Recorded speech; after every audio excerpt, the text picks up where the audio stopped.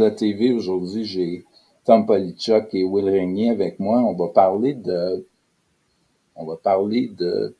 la première parution de leur projet In Silva, l'album qui s'appelle She. Il y a des collaborateurs sur l'album, mais vous êtes les deux éminences grises, les deux leaders de ce projet-là. Donc, je vais revenir un petit peu plus tard, poser quelques questions sur les collaborateurs. Mais pour commencer, j'aimerais ça que vous me racontiez comment la rencontre s'est faite entre vous deux. Puis pour en arriver aussi, comment vous en êtes arrivé à partir de la rencontre à dire on a envie de faire ça ensemble. Veux-tu y aller? Ouais, ben oui. Moi puis Tom, ça fait comme peut-être 8 ans là, qu'on se connaît. Quasiment, non, une dizaine d'années. Peut-être entre 8 et 10 ans. Là. On s'est rencontrés parce que au début, je l'engageais comme drummer.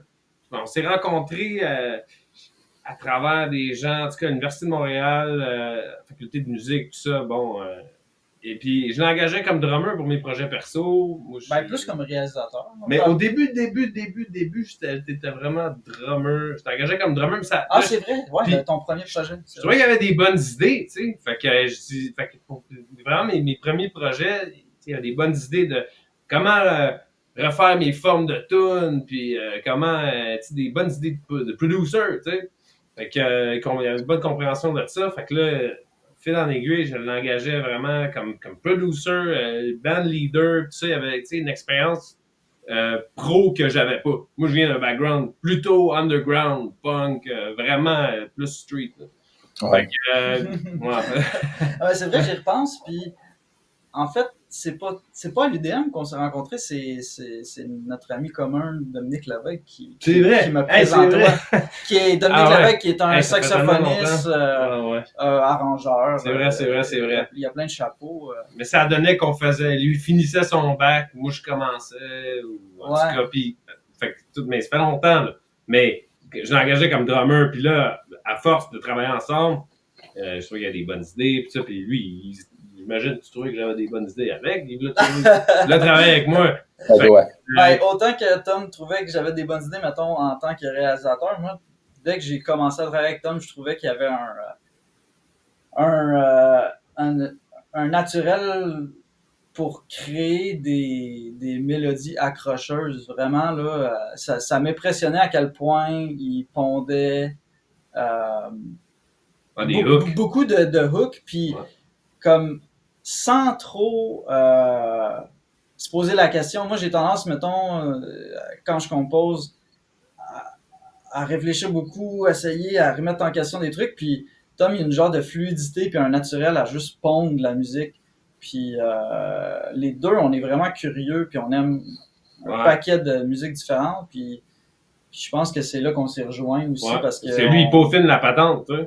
Moi, j'arrive avec la toune, le hook, la progression de base, d'accords, puis lui, il peaufine ça avec des idées. Fait que c'est une belle... ça se complémente bien. On se complète bien, puis les deux, on nourrit l'autre aussi, tu sais, des fois, c'est ça, les tâches qu'on fait deviennent un peu floues, disons, parce qu'on a, c'est comme une manière un peu, c'est grossier de juste juste résumer ça à mélodie, développement, disons, mais tout ça se floue ensemble. Tout ça, ça fait ensemble, ça donne In Silva. Ouais. Puis en fait, je peux en parler parce que c'est ça, je travaillais comme drummer puis réalisateur pour Tom, mais cet album-là, In Silva, au départ, c'était censé être un nouvel album solo de Tom. Ouais, c'était supposé être l'évolution de où ce que j'étais. C'était mon album solo au départ. J'ai engagé comme producer sur cet album-là. Ouais. Fait que le gros des tunes, t'as déjà tout fait les démos. Mais là, il a peaufiné ça au max. C'était pendant la pandémie. Ouais, début pandémie. Mais en fait, c'est drôle parce que je pense que ça faisait peut-être 1 an ou 2. C'était pas vraiment. C'était perdu de vue un petit peu. On travaillait sur des trucs différents. Pendant la pandémie, ouais. Mais il y avait la pandémie qui faisait que. Ouais. Mais il m'a appelé un jour parce que, tu sais, les deux, on écoute beaucoup de musique, mais moi, j'ai vraiment comme grandi avec le rock progressif à cause de mes parents.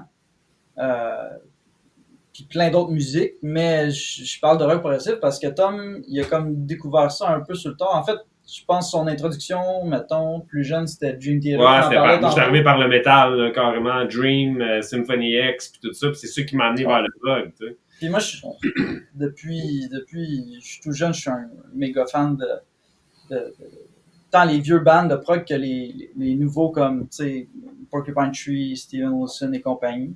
Puis il y a un jour qui m'appelle, tu sais, puis on n'avait pas travaillé tant que ça sur des projets où que la musique Ben, il y avait était dans mon bag à moi. Ouais, c'est ça.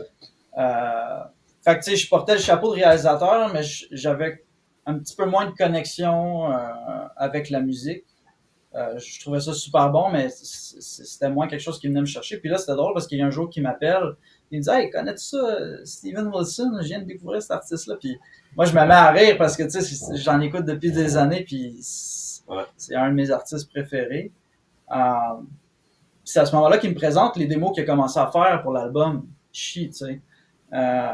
Puis à partir de ce moment-là, je pense que c'était en janvier 2021. 2020, non, c'était avant. C'était en 2020 encore, on était encore dans la pandémie parce que janvier 2021, on a commencé, tu commençais à travailler. Fait que c'est décembre 2020 c'est genre qu'on a fait genre la fin demande? 2020, là, autour de ma fête de 31 ans. OK. Fait que j'étais comme moi, Steven Wilson, c'est ce qui m'avait donné l'idée d'allonger mes tunes, tu sais, puis de faire des... Tu sais, juste pousser une petite affaire un petit peu plus loin, parce que je trouve que lui avec, il est très, tu sais, des bons hooks, des bons... Puis mes tunes, moi, souvent, étaient bien courtes, tu sais, assez simples. Beaucoup de shred, pareil, parce que j'ai un background très guitaristique shred. Ouais. Mais fait que c'est ça. C'est là que ça a parti. Décembre 2020. C'est là qu'on a carrément Je me rappelle qu'on commencé. a fait les drums au Piccolo en décembre. 2021. Donc, en 21. janvier 21, on a commencé. En janvier 21, on a commencé à faire les tunes. En tout cas, ensemble, tu sais. Fait que je suis arrivé, puis il y avait peut-être une quinzaine de démos de tunes hyper catchy, très courtes, souvent couplet-refrain, couplet-refrain. Puis on s'est mis, à cause de la pandémie, on s'est mis à avoir beaucoup de temps. Fait qu'on se voyait à chaque semaine, hein, je pense. Pendant 3-4 mois, on s'est vu une fois par semaine travailler, développer ces tunes-là. Puis c'est ça, au départ, moi, j'étais purement engagé comme réalisateur, tu sais, personne externe pour l'aider à faire cet album-là. Puis finalement, ça m'a tellement... tu sais, la plupart du temps, quand je travaille comme pigiste, même sur un projet des autres, je m'implique, j'ai tendance à m'impliquer beaucoup, mais là, j'avais vraiment une connexion profonde avec la musique. Puis j'avais tellement de fun. Puis on a pris la décision que ça devienne un partnership parce que si lui était pas là, c'est moi qui te l'ai proposé. Parce que si lui est pas là, cette musique-là est pas de même du tout. Là. Fait que là, il a besoin d'être là. J'ai dit, mais là, tant que de full time. Ben, ça m'avait quand même surpris parce que c'était quand même tard dans le processus. Ouais, on était rendu pas mal, on avait pas mal tout recordé. Ouais, on finissait d'enregistrer une couple d'affaires, tu sais. Ouais. Puis là, j'étais comme, ça prend ce gars-là dans ce band-là. Sinon, c'est pas ça. Sinon, c'est pas In Silva tel que c'est là. Sinon, c'est juste moi. Fait que c'est devenu un partnership. Fait que pour résumer, pour répondre à ta question plus brièvement, dans le fond, tu sais, In Silva, c'est un peu la somme de toutes les musiques qu'on écoute qui nous influencent, puis c'est vraiment comme nos deux personnalités imprégnées à 100%, puis sur l'album, comme tu dis, on a des collaborateurs, il y a des amis qu'on a invités pour jouer sur l'album, mais principalement, c'est nos deux têtes mises ensemble. Ouais, ben ça explique l'espèce de maturité dès le premier album du projet aussi. Tu sais, il y a quand même 2 skill sets qui se complémentent à ce moment-là, bien comme faut. Puis ça prend son envol tout de suite. Tu sais. On sent que vous cherchiez pas là dans cette affaire-là. Il y a pas on cherche qu'est-ce qu'on essaie de faire ou ce qu'on s'en va. C'est pas. Et pourtant, quand même, j'ai l'impression qu'on le cherchait beaucoup. Ouais, quand même, on le cherchait beaucoup, mais. Ben, je pense que ça s'est dessiné facilement à cause que, justement, on est un bon match. On est comme un vieux couple, moi, pis Tom, on se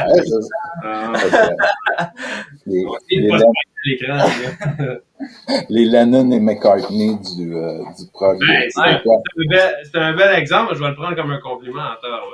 Tout à fait, oui, parce que c'était vraiment yin et yang. Tu sais.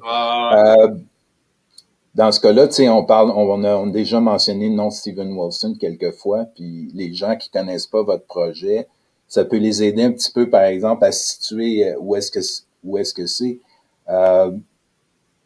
Moi, je trouvais que, tu sais, je l'entends, mais c'est pas Steven Wilson que j'entends comme quelque chose qui est dans cette famille-là de musique. Puis, en fait, je pense qu'on a déjà établi que il y a des influences, vous le connaissez, vous l'aimez. Ouais.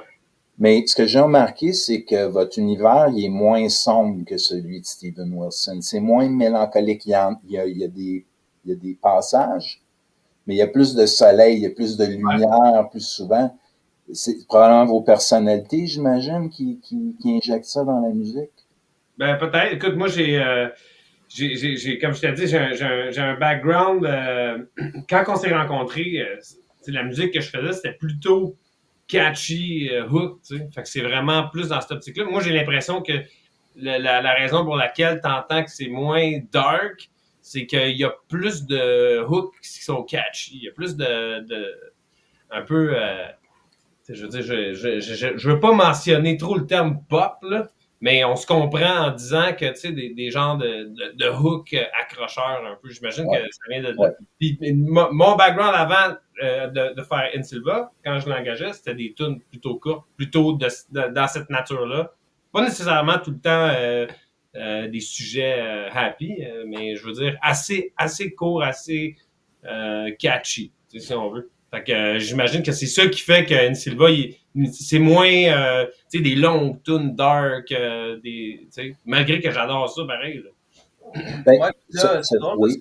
parce que, excuse-moi, ce matin, on est en train de travailler sur une nouvelle tune, pour le deuxième album, puis c'est drôle parce que là, on est comme un peu ailleurs parce que justement, la tune est comme un petit peu plus longue, puis on essaie de trouver un moyen de comme bien construire ça, fait que je pense que aussi, cet album-là, c'est comme un premier jet, mais j'ai l'impression que, dis-moi si je me trompe, mais je pense qu'on veut pas, on veut éviter de se répéter à chaque album, puis on va essayer de trouver des moyens de se dépasser au niveau de la création, mais aussi de continuer d'explorer, puis d'aller dans d'autres avenues qu'on a moins été. C'est un album qui est quand même assez.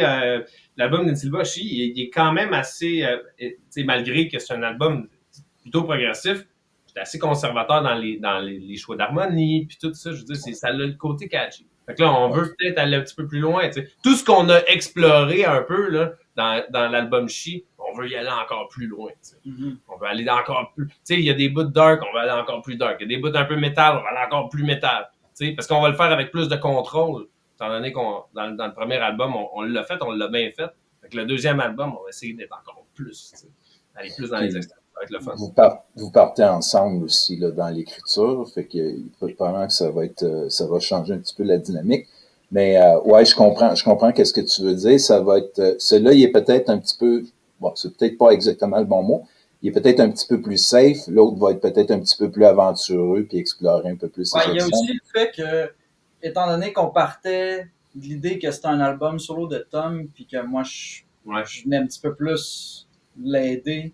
Là, c'est sûr qu'en partant from scratch, les deux vraiment en position de collaboration dès le départ, peut-être que ça va faire en sorte que j'ai l'impression peut-être qu'il va y avoir plus de variété. Ouais, peut-être. Peut-être pas, mais c'est sûr que tu sais là, au lieu de partir d'idée initiale ou de tune de départ 100% de Tom, ben là, moi, c'est sûr, de mon côté. On va peut-être partir avec des idées que moi, je vais élaborer. Amener des trucs, puis des fois, c'est peut-être Tom qui va compléter mes idées. C'est peut-être les rôles vont être inversés sur certaines tunes, puis c'est peut-être ça qui va faire que ça va être intéressant comme deuxième album. Ça, on sait pas. Oui, il y a une des choses qui m'a impressionné aussi sur l'album. Je m'attendais pas à ça. J'avais vu vos singles ou vos premières parutions sur YouTube. Ça m'a captivé. J'avais hâte d'entendre la suite. Mais j'ai été un peu surpris de voir que l'album était si solide du début à la fin. Tu sais, ça, c'est un album, là. Je sais que le concept d'album, il commence à être un peu, ça fait longtemps qu'il est déjà peut-être évolué, mais c'est vraiment un truc que tu écoutes la première à la dernière tune, puis t'en sautes pas là, des chansons. Là, ouais. Ben, c'est une histoire aussi, c'est un album. Nous autres, on y tient à de la musique qui est encore focusée sur le fait que ce soit un album.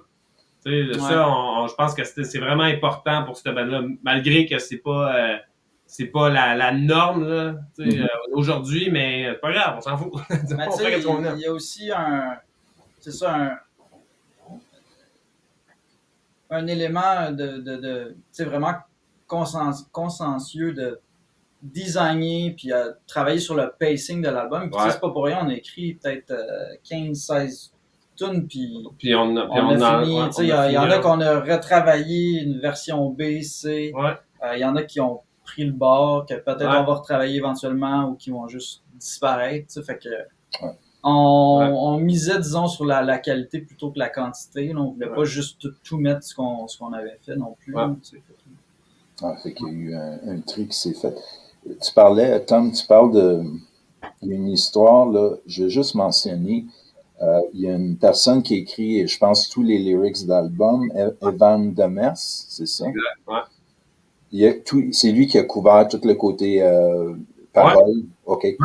À ce moment-là, cette histoire-là, là, qui est quand même une trame qui parle d'une jeune femme, de ses, on va dire, ses tribulations, là. Ça, est-ce que c'est une histoire que tu avais commandée à ce moment-là, au début du projet? Tu t'es assis avec Evan, tu dis, j'aimerais ça que tu écrives là-dessus, ou lui est arrivé avec un genre de bloc de lyrics, se dit, hey, j'ai ça, veux-tu faire quelque chose? Comment ça s'est établi, ça? Ça a commencé. Moi, j'ai approché ce gars-là parce qu'on se connaît depuis bien longtemps. On se connaît depuis 25 ans, mettons. Là. On a commencé très, très jeune à se côtoyer. On a vécu toutes sortes d'affaires ensemble. Puis lui, ce gars-là, il m'a toujours impressionné. J'ai toujours trouvé que c'était un parolier, le phénoménal. C'est un gars qui écrivait avec une finesse incroyable. C'est vers lui que je me suis tourné pour cet album-là parce que justement, je voulais quelque chose de plutôt raffiné. Et puis, dans le fond, moi, j'ai juste lancé l'idée. J'avais rien d'écrit. Là. J'ai juste lancé l'idée. Faisons une histoire d'une fille là, qui vient un peu de notre background. Écoute, moi puis Evan, on se connaît depuis, comme je te dis, vraiment très longtemps. On a vécu bien des affaires. On vient le côté plus street, le punk. On a vécu tout ça, la toxicomanie, toutes ces affaires-là. On est clean aujourd'hui. Je suis père de famille. 7 ans de sobriété. Mais tout ça pour dire que j'ai dit, faisons un personnage qui vient de ce background-là, un peu comme nous, puis créons une histoire. Puis lui, il nous a écrit ça avec une finesse vraiment incroyable. Fait que encore, c'est une partie hyper importante de l'album, ce gars-là, Evan Demers. Je trouve ça, vraiment bien que ce soit une héroïne, une femme, dans ce cas-là aussi. Parce que le rock, c'est encore un petit peu un monde de gars patriarcal, pas mal. C'est très macho encore. Qui est concentré sur les priorités des gars. Là, ça ouvre autre chose aussi. Ça amène de la subtilité. La musique est déjà subtile, mais là, ça rajoute un autre. Fait que ça nous dissocie aussi parce que il y a beaucoup de la projection dans l'histoire de Chi. Tu comprends ce que je veux dire? Mais nous autres, on est des gars. Fait que si on commence à parler de notre vrai vécu, ça va paraître que c'est nous autres. Mais c'est vraiment, ça nous dissocie. Fait que c'est de la projection, c'est une fille, tu sais. Fait que, c'est ça. Ouais, c'est ça. Votre vécu est injecté là-dedans. Puis en prenant, disons, un personnage dans ce cas-ci de l'autre sexe, ça fait moins évident comme... c'est nous autres, OK. Il y a des allusions bien subtiles, tu sais. Par exemple, il y a une phrase dans Chloé's Plea qui dit the piranhas eat my liver. I'll let the piranhas eat my liver. Mais on parle du Piranha Bar, une place qu'on s'est tenu, qui est assez trashy, là. Le Piranha Bar, eat my liver. Il y a de l'alcool là-dedans. On a bu de l'alcool, on s'est saoulé, on s'est détruit le foie là-dedans. Fait que c'est des allusions hyper subtiles, mais qu'on peut comprendre juste vraiment quand on connaît le background, là. Mais c'est ça. Il y a plein de petits trucs. Je pense que Evan aussi disait que oui, c'est de la fiction, mais c'est inspiré aussi d'une de ses amies qu'il connaissait. Fait que c'est quand même cool d'avoir une histoire comme ça. Je pense qu'il y a pas mal de gens qui vont se retrouver aussi à travers ce personnage-là. Ouais. C'est senti, hein? C'est pour ça qu'il c'est Ouais. senti, ouais. Absolument, absolument. Il y a rien de comment je pourrais dire, de fantastique dans la musique progressive. Souvent, il y a même des histoires de fantastiques, de dragons, pis Les tout ça. petits lutins dans la forêt. Mais tu sais, des écœurants albums, là, je veux dire, Les mais Hobbits. il y a pas de, tu sais, c'est toutes des affaires du real life, là. C'est vrai, il y a beaucoup de hobbits dans le. Ben, encore là, je pense que ça va vous positionner différemment dans le sens que c'est comme il y a une maturité d'écrire à propos de ces choses-là, puis de chanter, puis d'envelopper ça avec de la musique. On le sent là, dans la trame de l'histoire, tout ça, de la trame de l'album. Là, ça vous laisse aussi maintenant avec. Là, je veux peut-être poser une petite question. On parle de l'album présent, mais vous avez ouvert un petit peu la porte du celui qui est à venir. Est-ce que vous avez un petit peu pensiez faire la même approche pour les paroles ou vous allez écrire ça vous-même ou côté lyrics, avez-vous Je pense que discuté de la chose? je vais m'aventurer à écrire, moi, pour ce prochain-là, parce que déjà, Ouais. les premières tunes, les premières drafts, là, si on veut, là, les premières premiers démos, c'est moi qui ai fait les paroles. Je suis quand même assez content de où est-ce que ça s'en va. Ouais. Puis surtout que je vais m'inspirer de son style d'écriture, mais en restant moi-même, tu sais, fait que ça m'a comme aidé en chantant les paroles que Evan a écrites. Ça m'a comme aidé à m'ouvrir les horizons un peu sur comment moi je peux écrire. Ça va plutôt être ça, je pense. C'est sûr qu'on on a le goût d'être de plus en plus autonome. Ouais, autosuffisant. C'est sûr que quand tu chantes les paroles qui sortent de toi, tu sais aussi, la connexion est encore plus profonde, même si même si Tom est capable de vraiment relate à l'histoire d'Evan, mais je pense pas qu'on met une croix de outsourcer les paroles. Là. On pourrait très bien le faire, mais je pense qu'on a quand même, on a comme ce petit défi-là aussi de vouloir le faire nous-mêmes. Ouais, peut-être que je vais écrire justement un peu, puis comme j'avais fait avec Will au début, je vais partir avec le gros de la patente, puis je vais le faire peaufiner par quelqu'un qui a vraiment ce skill-là. Fait que, savoir, on n'est pas rendu là de toute façon, mais je pense qu'on peut s'aventurer, là. On fera pas toutes nous autres mêmes, là. Je commencerai pas à faire des solos de B3, là, je pense. mais on va peut-être essayer d'en faire un petit peu plus encore, nous deux. Ça m'amène à une autre question que je me pose. Bon, vous êtes les deux multi-instrumentistes d'une façon ou d'une autre. Là. Je pense que vous...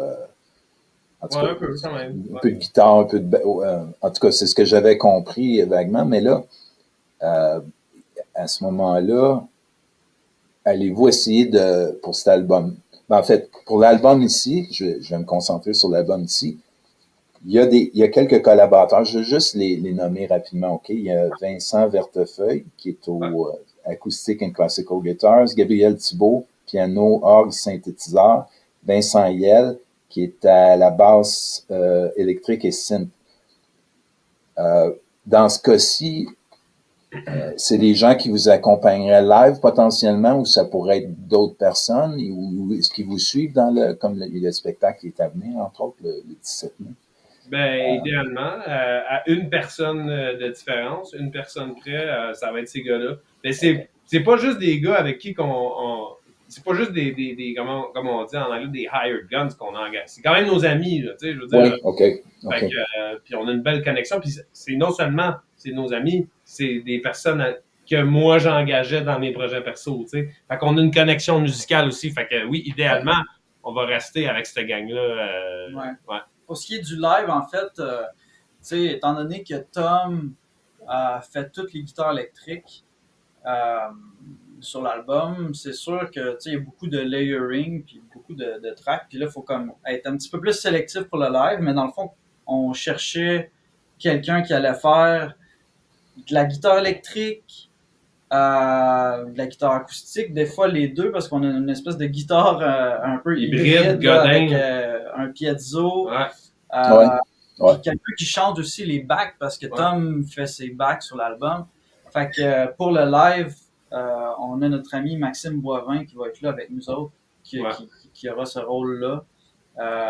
qui a pas travaillé sur l'album, malheureusement, mais c'est ça, il va être comme un peu... Le genre de deuxième mois, là. Ouais, puis tu sais, c'est quand même, c'est une grosse C'est une job, grosse là. gig pour lui. Il y a du stock sur cet album-là. Chanter, se souvenir des paroles, Changer de patch de guitare, il y avait des patchs, des sons de pédale. C'est très produit comme album, fait que ça arrive souvent qu'on travaille un son de guitare, telle section, une autre section, on travaille un nouveau son de guitare, puis là, c'est comme d'essayer de sélectionner l'essentiel pour avoir la viande, disons, de la le toune. plus représentatif de l'album possible, mais merci à la technologie, on est capable aujourd'hui avec des pédaliers de faire ça. De faire beaucoup. Ouais, d'en faire pas mal. Fait que, ouais. C'est une partie du fun aussi, hein, de passer de la création studio, de dire comment qu'on translate, comment qu'on amène ça dans l'espace live. Ouais, exact. Puis des fois, tu as des belles surprises, tu as des passages qui sortent différemment, mais c'est super intéressant quand même. Puis allonger des bouts, allonger des fins de tune, de l'impro, ajouter des bouts d'impro, tu sais, lui vient d'un background jazz, c'est des trips bien raides. Moi aussi, j'ai le goût d'improviser. Allonger des tunes, changer des sections, changer certaines petites affaires, rendre ça plus intéressant. Puis je pense que notre approche aussi, il y a comme peut-être deux écoles, ou des fois, disons, c'est pas noir ou blanc, là, mais il y a une école où que, quand tu vas voir un show, ben, c'est vraiment une nouvelle version, une nouvelle présentation d'un show. Puis tu as l'école où un petit peu plus comme fidèle, puis le plus honnête par rapport à l'album, où le show est présenté à la note près, là. Ouais. Je pense qu'on est constitué un peu entre les deux. Un peu entre les deux. Tu sais, moi, je me souviens, mon père m'avait amené un des premiers shows que j'ai vu, c'est Rush. Tu sais. C'est une band phénoménale. Power trio incroyable. Mais tu sais, tu vas voir mon père, je sais pas, c'était peut-être son 10e show, mais comme il n'y a pas une note de différence à côté, là, c'est à la note près. Puis je trouve ça super, tu sais, c'est pas une critique. Mais c'est ça, étant donné que moi, je viens. Avec le temps, je suis devenu de plus en plus intéressé vers le jazz. Je pense que le côté spontané, libre, créatif, c'est un peu imprégné dans tout ce que je fais. Puis on essaie un peu de profiter de ça, tu sais, live avec le band. Puis les musiciens qu'on engage, c'est des musiciens super doués, avec beaucoup de dextérité, fait qu'on veut en profiter, puis leur laisser aussi s'exprimer, puis faire transparaître leur personnalité à travers la musique. Fait que je pense que ceux qui connaissent bien l'album, qui vont venir voir le show, évidemment, ils vont reconnaître les tunes, puis ça va être quand même assez fidèle, mais il va y avoir beaucoup de surprises aussi, puis beaucoup de moments. Des petites surprises. Ouais. Du ear candy, comme on dit. Ouais. Réagir au moment. C'est d'autres, tu mentionnes Rush, parce que j'ai dû croiser ton père souvent, parce que j'ai vu tous les shows à partir de Signals en 81 ou 82, je ne sais plus. Signals 82, je pense. J'ai vu tous ces shows-là, puis oui, il y avait une structure assez rigide. Eux autres, des fois, ils faisaient, ou très rarement, là, il y avait une petite finale différente, des trucs comme ça, mais les gens appréciaient beaucoup ça, ils allaient pour entendre ça. Hey, c'est pareil, tu sais. Mais je trouve qu'il y a une belle, tu sais, vos tunes sont techniques, puis tout, ça peut s'apparenter en termes de musique, parce que c'est technique, tu sais, il y a beaucoup de technique en arrière de ça, mais c'est le fun de dire, regarde, non, on va se laisser quand même des espaces pour réagir au moment aussi, tu sais. Ouais. L'énergie du spectacle. Exact. C'est un blend des deux, encore. Ouais, c'est de joindre le côté très produit au côté organique de la scène, tu sais. Il y a plein d'affaires qui peuvent se passer. Ouais. Je vais peut-être, pour moi, j'aimerais ça faire d'autres entrevues avec vous éventuellement, peut-être celle-ci pour la cadrer dans un laps de temps pas trop long. Je vais juste parler à ce moment-là. J'avais juste quelques curiosités par rapport à votre setup live, tout ça. J'ai vu une vidéo, Tom. Je vais commencer avec toi, puis après ça, je vais aller à Thomas. À Will. J'ai vu qu'il y a un short ou une vidéo où tu présentais certaines des guitares que tu utilises ou des guitares. Ouais. Toi, ton équipement en termes de guitare, ça a l'air des luthiers canadiens surtout, Ouais. là, Ouais. Fait que j'aimerais ça entendre juste ces guitares-là un peu c'est quoi le background de ça, puis ensuite, dans quoi tu vas passer? T'en vas-tu dans un ampli, dans un Axe FX, ou je serais curieux de... Ben, dans le fond, pour ce qui est des guitares, moi, j'ai les guitares avec lesquelles j'ai fait l'album. Oui, c'est des marques canadiennes. Je trouve ça important d'encourager le local, puis d'encourager des marques le plus proche de chez soi possible. Puis en plus, c'est drôle parce que notre guitare hybride, c'est une Godin, une marque québécoise. Ouais. Fait que toutes les guitares avec lesquelles le show est fait, puis même l'album, c'est des guitares canadiennes. Les deux grosses compagnies, là, t'as McPherson, les autres sont au Colombie-Britannique. Ouais. C'est des guitares très haut de gamme faites par juste un gars. C'est un gars tout seul, en fait, qui fait ça. Des guitares custom, très haut de gamme, du bois vraiment de très haute qualité. C'est semblable à, je te dirais, comparable à la marque Suhr, S-U-H-R, des connaisseurs de guitares. C'est le plus proche que je pourrais dire. Comparable à ça, c'est un gars avec qui j'ai un partnership parce que lui, je veux dire, il m'aide avec l'instrument, je l'aide avec sa promo. On a vraiment. Fait que ça, c'est pour la majorité des tunes sont jouées avec cette guitare-là. C'est une Pagan, le modèle Pagan, c'est ma guitare verte. Oui, très belle. Ouais, je la trouve super belle. Le fretboard en ébène, pardon, je l'ai dit en anglicisme. Mon autre guitare, c'est une gang qui sont à Toronto. Eux autres font des guitares bien spéciales avec le fretboard en stainless steel. Ça, c'est ma guitare plus pour les solos. Elle a un son vraiment plus perçant, des pick-ups qui ont bien de l'output. C'est des gars à Toronto. Ça, j'adore ces guitares-là. C'est une de mes guitares préférées pour le métal, le shred. Fait que sur mes affaires perso, quand je poste, mettons sur mes réseaux sociaux personnels, mes affaires de shred, c'est surtout avec ça. T'sais, elle a un son bien perçant, elle a bien de l'output, très métal. Le fretboard est en métal. C'est vraiment en plus. Fait que, j'utilise ça pour quand je suis tuné en drop D, quand j'ai besoin. Drop D, c'est un tuning, pour ceux qui ne savent pas. C'est un tuning un peu plus bas, un peu plus rockavé. Ouais. Puis j'ai une 7 cordes aussi. Une 7 cordes parce qu'il y a deux tunes à laquelle j'ai besoin d'une note plus grave. Fait qu'il y a une compagnie qui s'appelle Guerilla Guitars, qui est une compagnie, ils sont à Saint-Eustache, eux autres, des Québécois. Je pense que c'est un gars tout seul, aussi. C'est un gars tout seul. C'est Guerilla Guitars. Fait que, c'est une guitare que j'ai achetée. Je voulais encourager ce gars-là. J'ai trouvé quand même cool ces guitares-là. Il y a bien des bandes de métal, surtout le métal extrême, Death, là, je te dirais, québécois, Cryptopsy, cette gang-là, qui sont avec Guerilla pour s'encourager. Beyond Creation, pour ceux qui connaissent un peu le Death, ils jouent avec des guérillas. Fait que, c'est ça. Puis live, je m'en vais dans un quad Gore-Tex. C'est un quad, en fond, c'est un pédalier. Mais j'utilise les patchs des amplis que j'ai. T'sais, moi, je suis assez conservateur des amplis. Vieux Marshall, un Plexi, Tube Screamer, pas besoin de rien de plus que ça. Tu fais tout avec. Moi, fait que t'as samplé ça dans le... Ouais. Fait que, en fait, non, je peux le faire, mais je l'ai pas fait. Peut-être que je vais le faire dans le futur, mais c'est les patchs, j'utilise le Plexi avec le... C'est très simple. Du quad, là, qui vient avec... OK. C'est hyper... Les amplis avec lesquels on joue depuis les 50 dernières années, pas besoin d'aller plus fancy que ça. OK, ben c'est intéressant parce que quand j'écoute l'album, c'est pas évident, ça me saute. Fait que c'est la combinaison de ton jeu, des guitares, puis de ça qui donne un son de tone, finalement. Mais non, mais des fois, on passe ça dans des Leslie. Professionnellement. C'est là que je rentre en jeu. C'est là que parce que, étant donné que Tom, il y a un style conservateur au niveau des tons de guitare, moi, souvent, l'extra sauce les effets en post-prod, c'est souvent moi qui repasse. Moi, je suis un gros fan de délais, là, fait que des délais, puis des délais, des fois, comme des délais avec de la modulation, avec du flutter.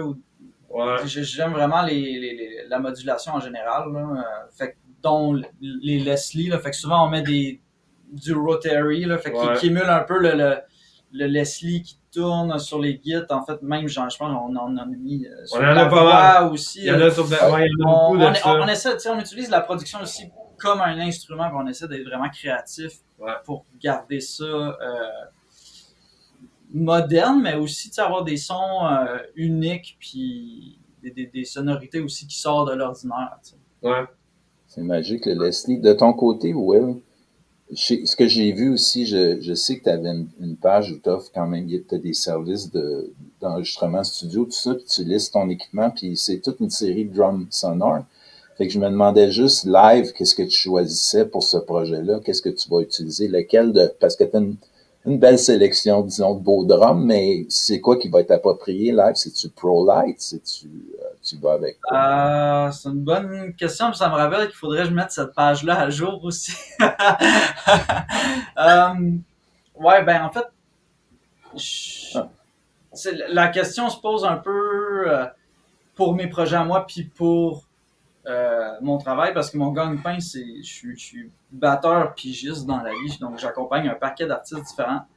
Puis ça veut dire, ben, quand je me fais appeler, puis que, tu sais, des fois, c'est pour enregistrer de la musique originale avec un artiste, ou que là, je peux un petit peu plus être moi-même, puis donner de l'input au niveau du son ou de la direction artistique. Ouais.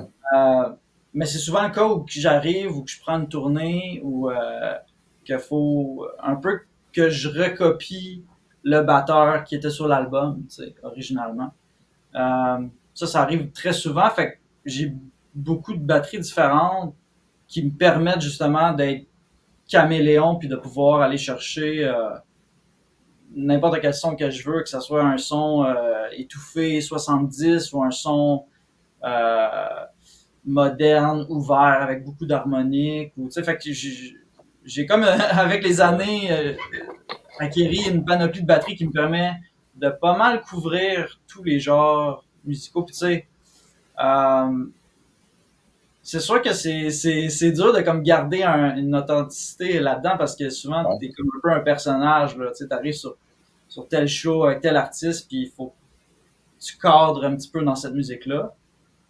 Fait que tu parlais du ProLite, qui est le kit que j'ai utilisé pour In Silva.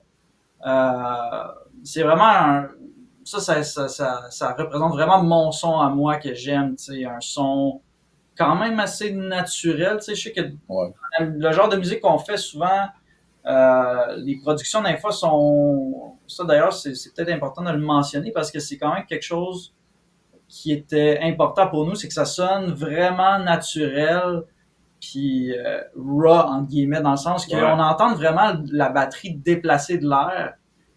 Donc, pas de trigger non, c'est ça, il y a beaucoup de bandes, il y a beaucoup de bandes qui vont remplacer la prise de son par des samples. Pour moi, c'est vraiment important de capturer l'instrument, tu sais, puis clair que ça déplace. Puis le ProLite, ben c'est juste mon instrument, en tout cas de prédilection, parce que en termes de tuning, en termes de sensibilité, je suis capable vraiment de prendre les idées que j'ai dans ma tête puis de les transposer facilement. Ça, puis c'est 89 snares différents. Je sais pas, il y a combien de snares sur l'album, là, mais il y a des tunes qui ont plus, je pense qu'il y a des tunes qui ont plus qu'un snare.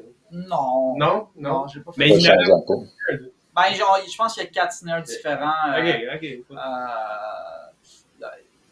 2 sonores, un Ludwig, puis une compagnie québécoise qui s'appelle Ebenor Percussion. J'avais un snare en aluminium que je n'ai malheureusement plus. Mais ouais, c'est ça, j'ai comme une douzaine de snares, puis 5-6 kits différents, puis ça me permet de couvrir vraiment tout ce que je veux. Ce qui restera probablement le ProLite, c'est-à-dire que toi, comme tu disais, c'est parce que tu dois emprunter l'identité aussi des projets des artistes que tu accompagnes. Fait que là, ça demande beaucoup de polyvalence, toutes ces batteries-là, des tunings différents, tout le kit. Mais là, tu vas choisir pour la soirée d'In Silva, OK, puis en fait, je vais juste mentionner les shows qui sont emmenés, mais je vais vous laisser les mentionner, mais c'est ça, là, tu vas arriver avec, faut que tu arrives avec toi, t'es qui? Ouais. Donc, c'est quel kit? Ça, c'est mon tuning, comme sur l'album, j'imagine, tout simplement, tu vas aller, Écoutez, peut-être qu'on va terminer avec ça. Je vais vous laisser lister les spectacles, parce que je sais qu'il y en a à Québec aussi. Peut-être les dates, les endroits à ce moment-là, si vous voulez bien. Oui, ben, on a 2 spectacles de lancement. Un à Montréal le 16 mai au Petit Campus. C'est gratuit, contribution volontaire. On va faire, c'est vraiment pour célébrer la sortie de l'album. Fait qu'on joue vraiment l'album dans l'ordre. Du début à la fin. Ouais, c'est vraiment un. Notre premier show, ça va être vraiment. C'est aussi notre premier spectacle en tant que band. Puis on joue aussi le dimanche qui suit, le 19 mai, encore pour lancer notre album, mais cette fois-ci dans le cadre du festival Terra Incognita à Québec, à la Chapelle. C'est un festival rock, prog rock. Rock, souvent, c'est un festival de rock progressif, avec des bands importés aussi partout, là, aux États-Unis, Europe. Moi, j'ai participé à ce festival-là. Toi deux, on l'a fait. Je me rappelle pas en quelle année, là, peut-être 5-6 ans avec House, H-U-I-S. OK. Oui. Tom l'a fait l'an passé. Je l'ai fait l'année passée, le 19 mai aussi. Avec son autre band. Avec mon autre band, plus de metal prog de him, qui est vraiment. C'est vraiment plus mon côté métal qui est là-dedans. Mais ça rentre dans la catégorie prog qui fit à Terra Incognita. Oui, il y a quand même une ouverture d'esprit. Là, je veux dire, ils en prennent. OK, c'est excellent. Fait que ça va être un plaisir. Moi, je vous vois au campus. J'ai bien hâte de voir ça, couvrir ça. Parfait. Hey, je vous remercie énormément pour votre temps. Je sais que vous êtes très occupés. Merci à toi. Au plaisir. On verra peut-être que dans le futur, on fera une suite à cette entrevue-là. Ça fait que je vous remercie encore une fois. Puis je vous souhaite merde pour les spectacles à venir. Ouais, merci beaucoup. Ouais, merci. Bye bye.